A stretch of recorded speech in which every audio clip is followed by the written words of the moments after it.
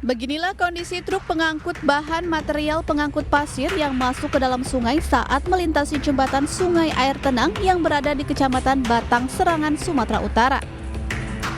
Truk yang dikemudikan Sugianto ini terperosok ke dalam sungai saat melintasi jembatan yang sudah mengalami kerusakan sejak beberapa tahun.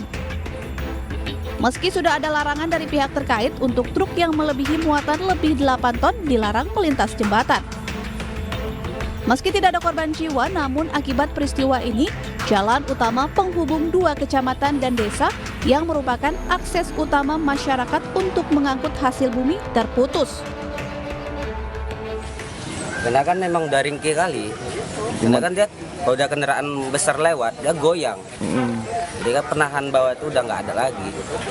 Jadi langsung ambles ke dalam ini bang? Dengan kabarnya kan orang-orang setempat yang bilang. Jadi kan pas mau pulang belanja kemarin tuh udah terasa goyang. Cuman kan udah punya feeling juga. Dia bakalan jatuh ini. Betul. Warga berharap agar pemerintah dapat segera memperbaiki jembatan yang rusak karena selain untuk akses warga beraktivitas, jembatan ini juga jalur utama menuju objek wisata Tangkahan. Dari Langkat, Sumatera Utara, Erwin Syah Putra Nasution, iNews melaporkan. Sementara itu, pemirsa, pencuri hewan ternak yang meresahkan warga di Kabupaten Oki, Sumatera Selatan berhasil ditangkap. Saat beraksi, para pelaku memasukkan hasil curiannya ke dalam karung.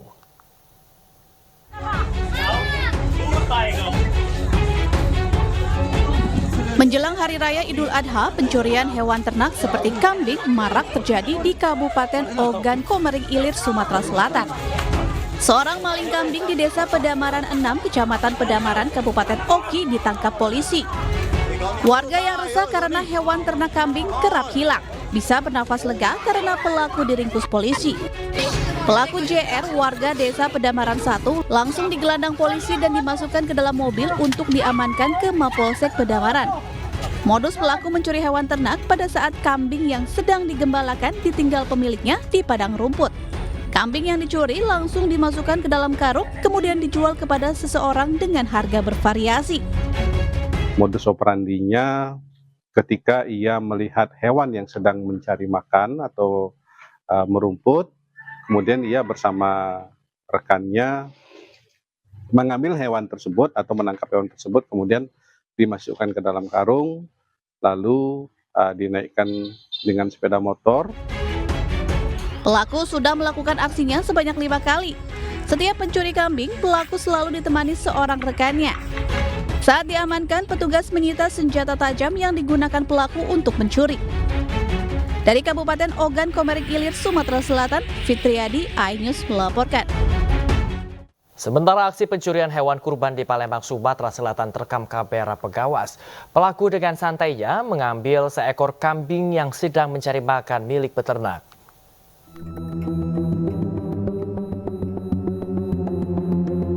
Aksi pencurian kambing yang terekam CCTV warga ini terjadi di Jalan KH Wahid Hashim, Lorong Oksindo, Kelurahan 1 Ulu, Kecamatan Seberang Ulu, Palembang, Sumatera Selatan. Dengan santainya, pelaku mencuri seekor kambing yang sedang mencari makan di siang bolong. Menurut keterangan korban, kambing tersebut akan dijual untuk kurban. Semoga cepat terungkap siapa pelakunya dan menjadi efek jerah buat pelaku-pelaku yang lain. Karena pelaku ini berani melakukan di siang hari. Terekamnya dengan CCTV jelas siapa pelaku itu. Korban pun telah membuat laporan polisi dan berharap pelaku segera ditangkap karena sudah meresahkan. Dari Palembang, Sumatera Selatan, Muhammad David, iNews melaporkan. Anda masih di News Pagi, pemirsa, dan berikutnya kita akan menuju ke informasi dari Tanah Suci, di mana Kementerian Agama bekerja sama dengan pihak terkait di Arab Saudi gelar simulasi pergerakan jemaah dari hotel ke Arafah. Simulasi ini diadakan guna kelancaran para jemaah dalam melaksanakan ibadah jelang puncak haji di Arafah 3 hari lagi.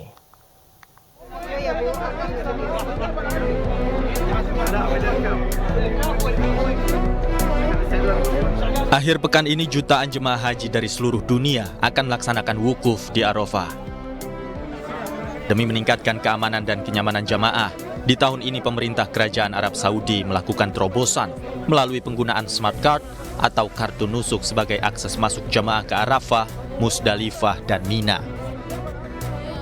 Kementerian Agama bekerja sama dengan Kementerian Haji Arab Saudi, Masyarik, menggelar simulasi keberangkatan jemaah dari hotel ke Arafah.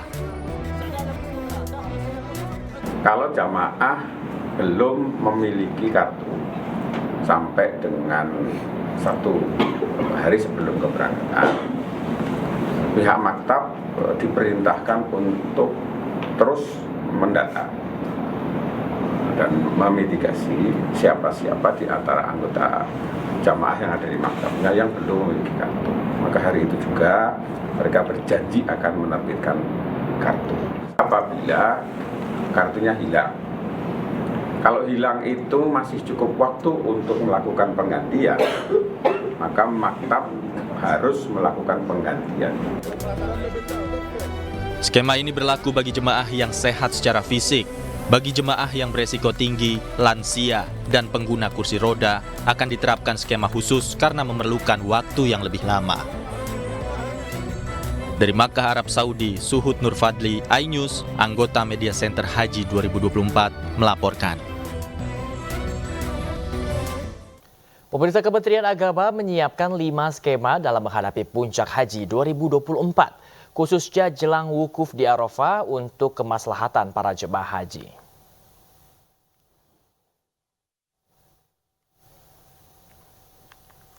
Skema pertama yaitu skema normal. Skema ini berlaku bagi jemaah yang mampu mengikuti seluruh rangkaian ibadah haji.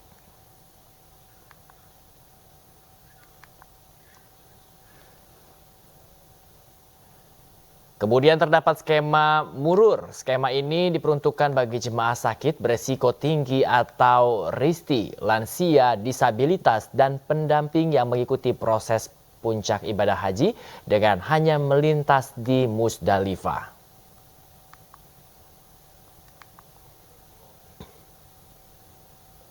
Skema selanjutnya adalah safari wukuf non-mandiri.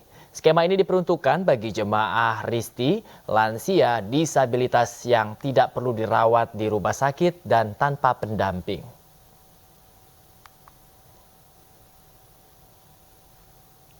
Berikutnya ada skema safari wukuf Klinik Kesehatan Haji Indonesia.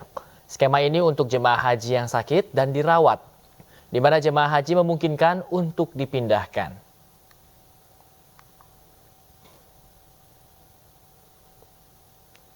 Yang terakhir adalah Ba'dal Haji bagi jemaah wafat sebelum wukuf dan jemaah haji yang tidak bisa dipindahkan dari rumah sakit. Pemirsa, kita ke informasi lainnya, di mana sapi simental berbobot 1,1 ton terpilih menjadi hewan kurban Presiden Joko Widodo untuk dikurbankan saat Idul Adha di Masjid Taqwa Kota Palembang, Sumatera Selatan. Sapi yang disayang-sayang oleh pemiliknya ini sebelumnya sempat ditawar orang lain namun tidak dilepas.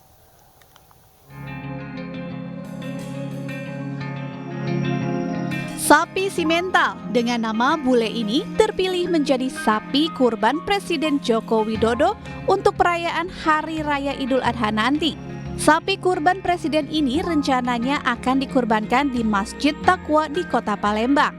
Sapi berbobot 1 ton 135 kg yang dimiliki pasangan suami istri M. Idil Fitriansyah dan Aprilia Cherry Natalin Novita ini dilepas untuk hewan kurban Presiden Joko Widodo seharga Rp125 juta. Aprilia mengatakan si bule merupakan sapi kesayangan yang sudah bersamanya selama 3 tahun. Si bule dibeli sejak usia 2 tahun dengan berat awal sekitar 320 kg. Aprilia pun bangga si bule dipinang Sekretariat Presiden untuk menjadi pilihan hewan kurban Presiden Joko Widodo. Sapi ini mengalahkan 2 ekor sapi lainnya dalam seleksi menjadi hewan kurban Presiden. Oh ya udah, nanti kita beli dari berat 300 tuh. Saya sayang-sayang tahun kemarin udah ada mau beli, tapi janganlah nanti aja lah. Sayang kan? Kebetulan tahun ini Pak Jokowi yang mau, ya udahlah, mau gimana, kepala negara kita, nggak mungkin saya tolak. Sekretariat Dinas Ketahanan Pangan dan Peternakan Sumatera Selatan Rahmat Mulia Harahap memastikan kriteria sapi yang direkomendasikan telah sesuai syarat yang ditentukan Setpres, termasuk pemenuhan dalam hal syar'i seperti usia di atas 2 tahun, tidak cacat bawaan lahir atau cacat karena hal lain seperti buta, bagian tubuh tidak lengkap, pincang, atau ada luka dan kepemilikan sah. Dari Palembang, Sumatera Selatan, Bambang Irawan, iNews melaporkan. Ya, pemirsa, anggota Komisi 3 DPR RI Habibur Rahman menanggapi soal desakan pembentukan tim pencari fakta kasus pembunuhan Vina Cirebon. Menurut Habibur Rahman, dalam kasus Vina jangan sampai persoalan hukum disikapi dengan asumsi dari pihak lain yang tidak kompeten.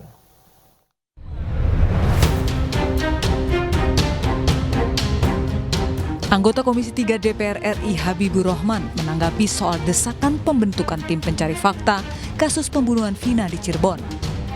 Menurutnya, tim pencari fakta itu sudah dibentuk, yakni Polri atau Lembaga Perlindungan Hukum. Selain itu, Habibur Rahman menyebutkan dalam kasus Vina, jangan sampai persoalan hukum disikapi dengan asumsi dari pihak lain yang tidak berkompeten. Ya ada, tim pencari faktanya kan sudah ada, namanya Polri gitu kan. Namanya APH, Aparat Penegak Hukum. Aneh sekali kalau bikin lembaga lain ya di luar aparat penegak hukum yang ada. Baik institusinya maupun pedoman beracaranya ada semua kok gitu. Ya, kalau toh memang ada perkembangan, ada bukti-bukti baru kan ada namanya peninjauan kembali. Silakan saja ditempuh. Selama ini, sejauh ini kan sudah ada putusan-putusan yang berkekuatan hukum. Kalau itu belum dirubah, belum ada novum juga yang diajukan untuk merubahnya, maka itulah yang harus kita pedomani. Jangan ya persoalan hukum itu kita sikapi dengan asumsi, apalagi dari asumsi dari masing-masing orang ya yang tidak memiliki kompetensi. Hanya pakar hukum berpendapat lalu berasumsi begini gitu kan ya. Faktanya seperti apa ya? Harus kita ikuti ya prosedur beracara yang benar. Sebelumnya, kuasa hukum keluarga Vina, Hotman Paris Hutapea, meminta agar Presiden Joko Widodo membentuk tim pencari fakta untuk memberikan rekomendasi ke tim penyidik. Kami dari tim Hotman 911 yang sebagai kuasa hukum dari keluarga Vina berpendapat kasus ini sebaiknya penyidikannya sementara ditunda dulu agar Pak Jokowi membentuk tim pencari fakta yang netral, terutama dari para ahli hukum pidana dari universitas, untuk menyelidiki fakta sebenarnya, dan setelah terkumpul nanti, baru diserahkan kepada penyidik untuk dilanjutkan ke kejaksaan dan persidangan. Hotman juga menegaskan bahwa usulan pembuatan ini tidak menghentikan atau menutup kasus Vina, melainkan menunda agar seluruh fakta dapat terbongkar secara menyeluruh dan kasus ini tidak menguap begitu saja.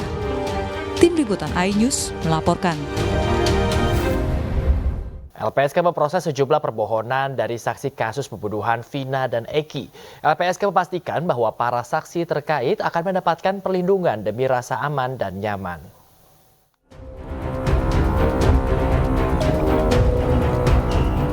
10 orang saksi kasus pembunuhan Vina memohon perlindungan pada LPSK. Menurut LPSK, kasus ini memiliki tantangan dalam penelaahan. Pasalnya, kasus ini sudah 8 tahun yang lalu, sehingga pemohon kesulitan untuk mengingat atau mengungkap secara runtut fakta yang terjadi. Mempertimbangkan sejumlah tantangan tersebut, LPSK perlu waktu agar lebih berhati-hati untuk menelaah kasus ini. Atau keterangan yang banyak melalui media itu juga penting menjadi sebuah pertimbangan. Hal lain juga, beberapa saksi telah berpindah tempat tinggalnya. Pendalaman dan asesmen terhadap para korban tentu memerlukan waktu. Karena di saat yang bersamaan, saksi-saksi juga harus dilakukan pemeriksaan oleh penyidik. Hingga kini, LPSK belum memberikan keputusan untuk memberikan perlindungan terhadap 10 permohonan tersebut. LPSK meminta waktu untuk mendalami kasus ini agar bisa memberikan perlindungan secara efektif kepada para pemohon. Dari Jakarta, Wenda Nura, Ilham Zarkasi, iNews melaporkan. Kasus pembunuhan sejoli Vina dan Eki memasuki rentetan cerita baru. Ketika polisi menangkap buronan Peggy Setiawan, kasus pembunuhan Vina justru semakin diselimuti misteri.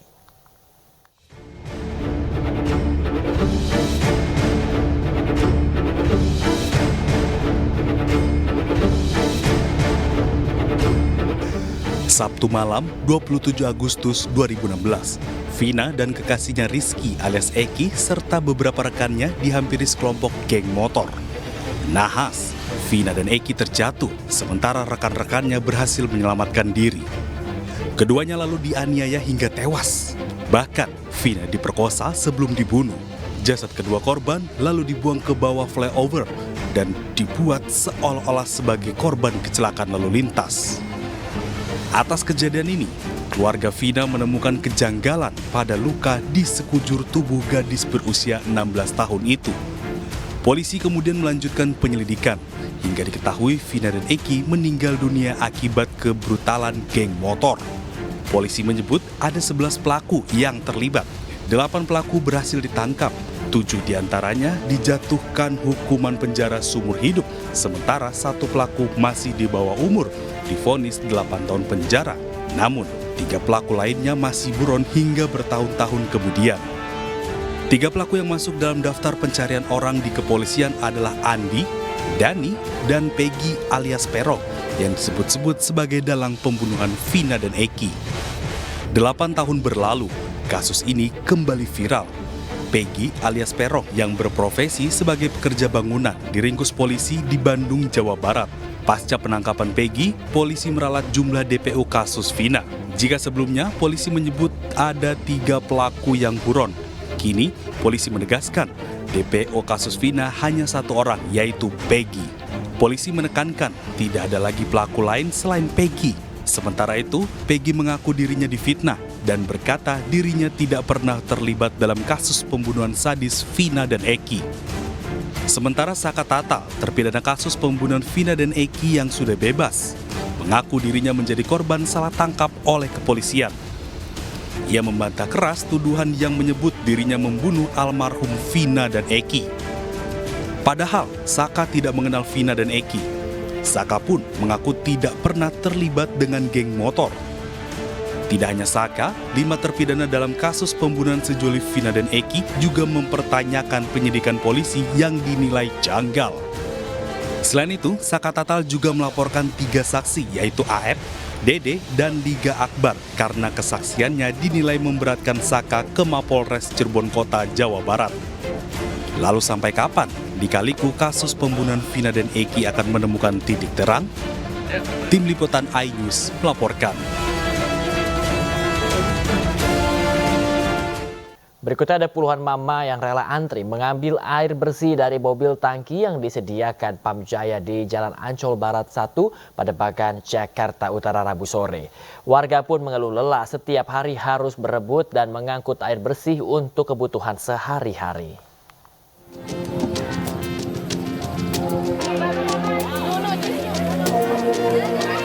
Puluhan mama di Jalan Ancol Barat 1 Pademangan, Jakarta Utara pada Rabu sore rela antri untuk mendapatkan air bersih dari mobil tangki Pamjaya. Warga terpaksa berebut tak mau kehabisan air bersih yang disediakan untuk kebutuhan sehari-hari. Diketahui sudah sejak 6 hari lalu air Pamjaya yang mengaliri rumah mereka terhenti. Meski stok air bersih disediakan, namun warga mengaku lelah jika harus berebut dan mengangkut air setiap hari. Kita sudah kesel pemberitahuan tiba-tiba mati. Kita nungguin tangki seperti kayak gini. Kita nungguin bantuan, kalau nggak ada bantuan ya udah warga bingung mau masak mau apa bingung. Kalau seperti kayak begini terus kita juga lelah juga Om. Nggak mencukupi juga Bu ya? Tidak mencukupi. Tapi setiap hari datang? Iya. Cuma kan badannya pada sakit, mama suruh ngangkatin gitu tiap hari. Ya Pak, tolong dong dijalanin itunya, mosong nggak nyala terus. Warga berharap Pamjaya segera memperbaiki aliran air hingga tak perlu lagi berebut untuk mendapatkan air bersih. Dari Jakarta, Sofyan Firdaus, iNews melaporkan. Mendekati Hari Raya Idul Adha, harga ayam potong dan cabai keriting di Jakarta masih tinggi, sementara harga telur dan beras stabil.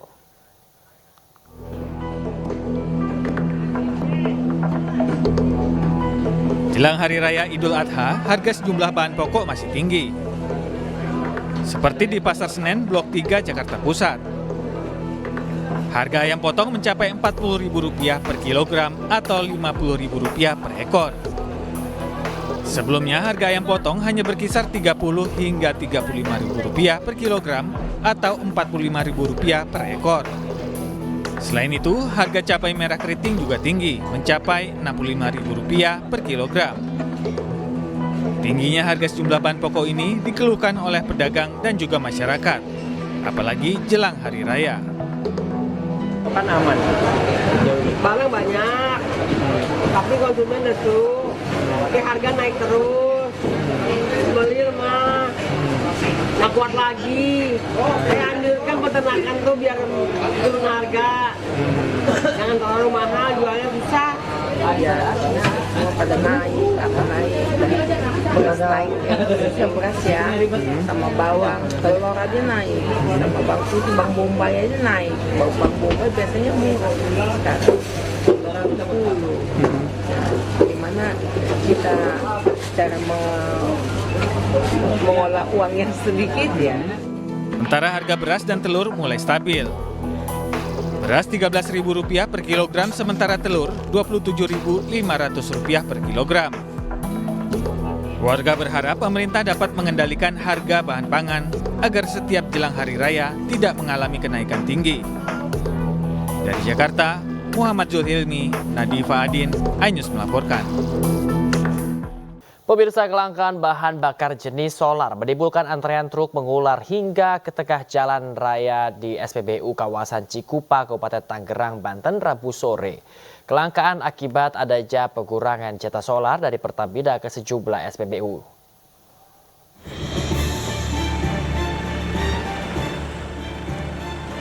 Antrean truk ini terjadi di stasiun pengisian bahan bakar SPBU di Jalan Raya Serang, kilometer 18, kawasan Cikupa, Kabupaten Tangerang, Banten, Rabu sore. Sopir truk mengatakan antrean truk ini terjadi akibat mulai langkanya bahan bakar solar di sejumlah SPBU di wilayah Kabupaten Tangerang sejak 4 hari terakhir. Solar, aduh susah banget ini di mana-mana solar. Emang udah berapa SPBU bang? Tadi nggak ada? Ada Bitung, Cimone, sama ini udah susah solar. Merasa terganggu nggak bang? Nggak adanya solar bang? Ya terganggu lah, lambat kita jadi. Solar yo panjang. Udah berapa lama tadi antri sini bang? Sekitaran ada setengah jam. Bang udah nyari solar kemana aja tadi? Tadi sih saya dari Belaraja, yang sebelum jembatan tol tuh situ ngantri sama, di sini sama juga ngantri. Pengawas SPBU Cikupa mengatakan kelangkaan ini terjadi akibat adanya pengurangan jatah solar dari Pertamina ke sejumlah SPBU di Kabupaten Tangerang. Karena kita kan pengirimannya di sana kena jadwal kitir, Pak. Kitir itu kan permintaan dari pembelian kita per hari itu nggak sesuai dengan permintaan kita, Pak. Kadang kita minta 32, kadang dikirim 24, kadang 16. Jadi kita sering nggak bisa bang, sekali ada langsung ngantri sampai ke jalan bang. Pengemudi truk berharap kelangkaan solar ini dapat teratasi. Pasalnya, aktivitas mereka terganggu lantaran harus mencari solar ke sejumlah SPBU. Dari Kabupaten Tangerang, Banten, Aimarani, iNews melaporkan. Antisipasi praktik calo, Wakil Wali Kota Depok menggelar sidak ke Dinas Kependudukan dan Catatan Sipil. Selain calo, sidak ini dilakukan karena adanya peningkatan perpindahan dokumen kependudukan ke wilayah Depok semenjak penerapan penonaktifan KTP DKI Jakarta. Tercatat pemirsa sebanyak 18.978 orang pindah ke Depok sejak April 2024 lalu. Dalam kunjungannya, Wakil Wali Kota juga sempat meninjau langsung proses pembuatan dokumen dan mengukur waktu penerbitannya. Mulai dari pembuatan kartu kuning dari Disnaker hingga layanan dinas sosial. Wakil Wali Kota Depok berharap pelayanan di Kota Depok bisa meningkatkan inovasi berbasis digital dalam melayani masyarakat. Layanannya mudah, cepat, gratis, nggak ada calo, ya, no calo-calo lah gitu ya. Alhamdulillah saya bersyukur kalau memang kondisinya seperti ini terus, insya Allah memang Depok akan jadi kota yang nyaman dan friendly city lah ya. Jadi kota bersahabat bagi para pendatang maupun orang-orang yang ingin, warga Depok yang ingin tinggal di Depok dengan pelayanan administrasi pendidikan, pelayanan sosial, pelayanan tenaga kerja. Bikin kartu keluarga, cetak kartu keluarga, terus KIA buat anak sekolah, sama buat kepentingan sekolah. Itu udah. Tadi prosesnya cepat nggak, Bu? Cepet banget, ini nggak ada sampai sejam. Nggak nyampe, udah kelar semua itu, Bu, dokumen semua? Semuanya. Alhamdulillah, langsung cetak. Pemirsa, warga Kecamatan Antapani, Kota Bandung kesulitan mendapatkan air bersih akibat rusaknya pipa air PDAM sejak akhir pekan. Mengatasi hal tersebut, Partai Perindo mengirim pasokan air bersih untuk kebutuhan harian masyarakat.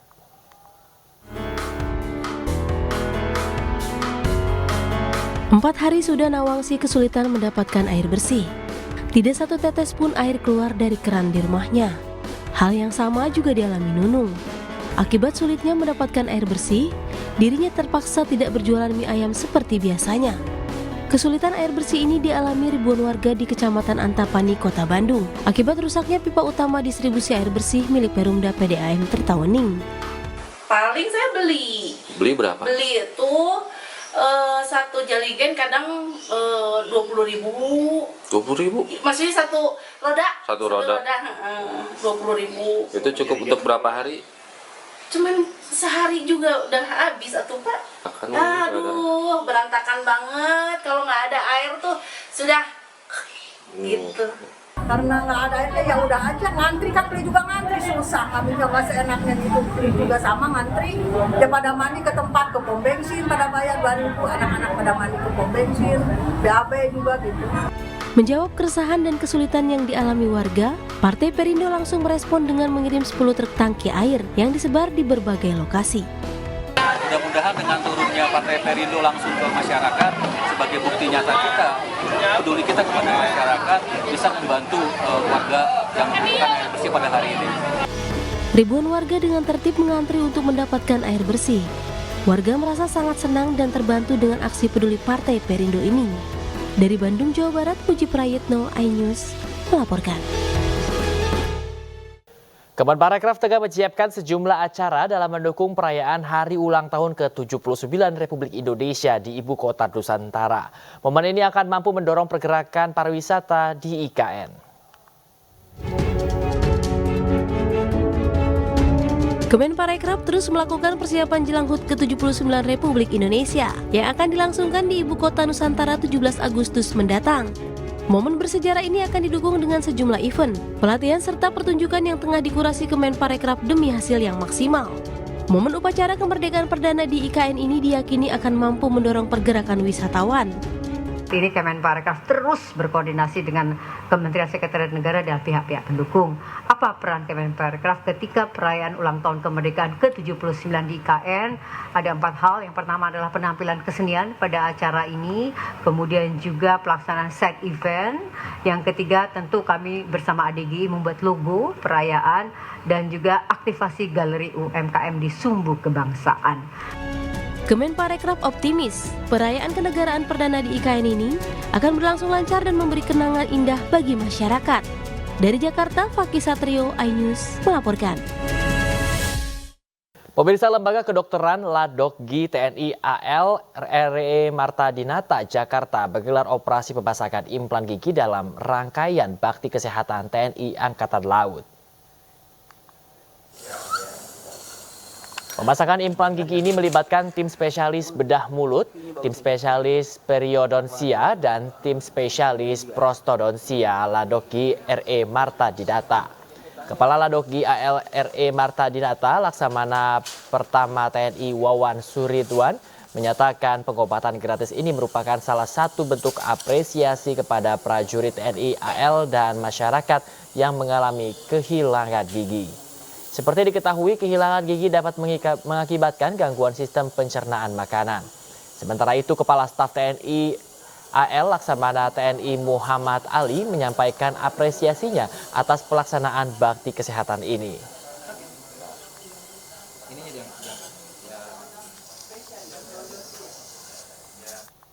Memperingati puncak peringatan Hari Kekayaan Intelektual Sedunia tahun 2024, Direktorat Jenderal Kekayaan Intelektual menggelar Forum Indikasi Geografis Nasional, Temu Bisnis dan Apresiasi Insan Kekayaan Intelektual 2024.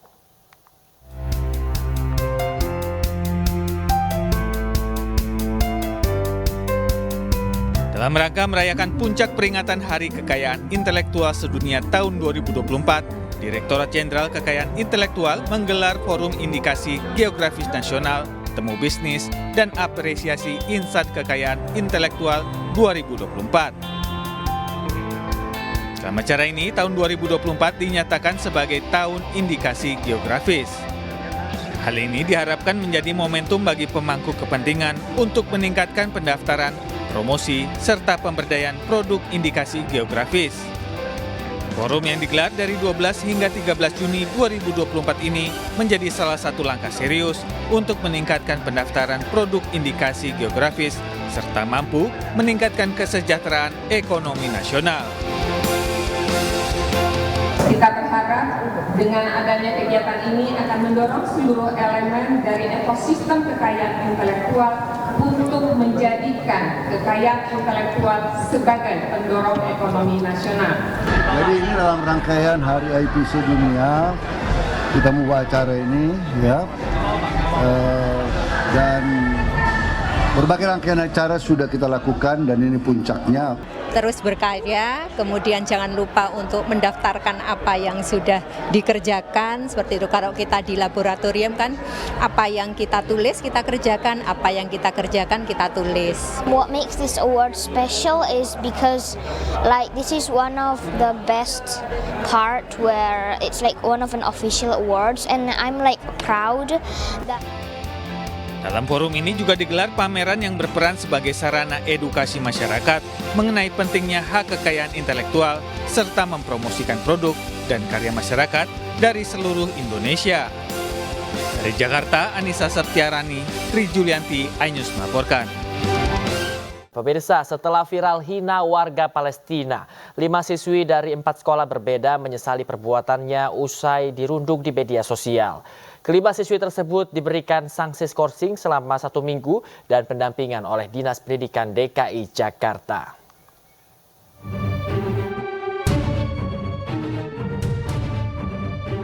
Lima siswa sekolah menengah pertama dari 4 sekolah berbeda menghina warga Palestina saat makan di salah satu restoran siap saji.